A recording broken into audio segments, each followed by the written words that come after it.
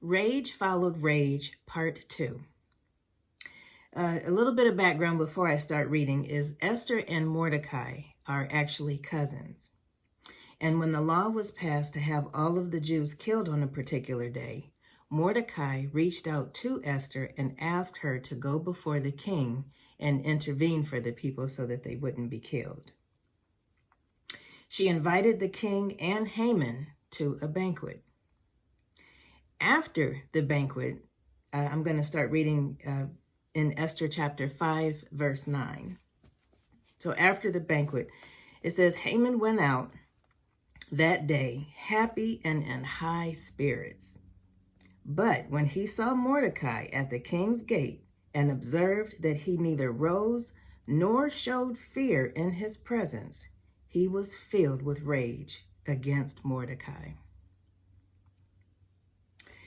So now we have Haman, who not only is enraged at Mordecai because he won't honor him, but now he's upset that he won't show fear when I come around.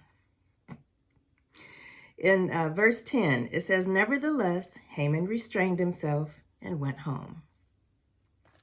Calling together his friends and Zeresh, his wife. So in summary, basically what Haman did is he went home. He decides to get his wife and his friends together, and he's bragging and telling them all this good stuff that's happening to him and all the stuff that the way that the king is honoring him.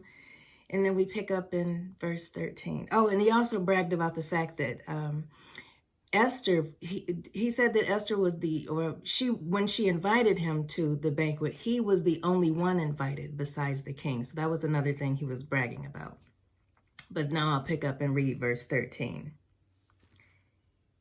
It says, But all this gives me no satisfaction as long as I see that Jew Mordecai sitting at the king's gate.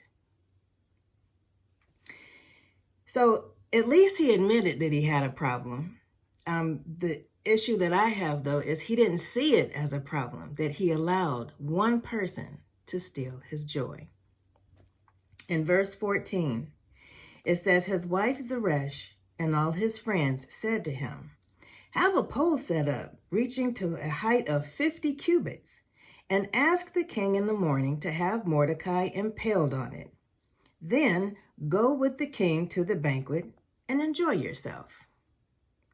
This suggestion delighted Haman, and he had the pole set up.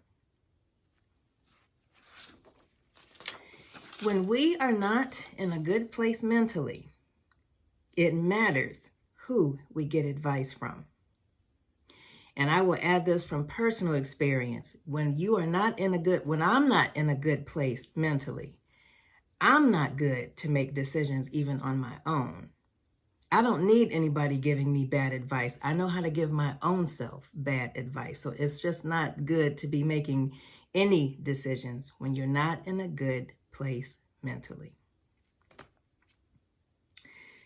My encouraging scripture is going to be in Proverbs chapter 28, verse 14.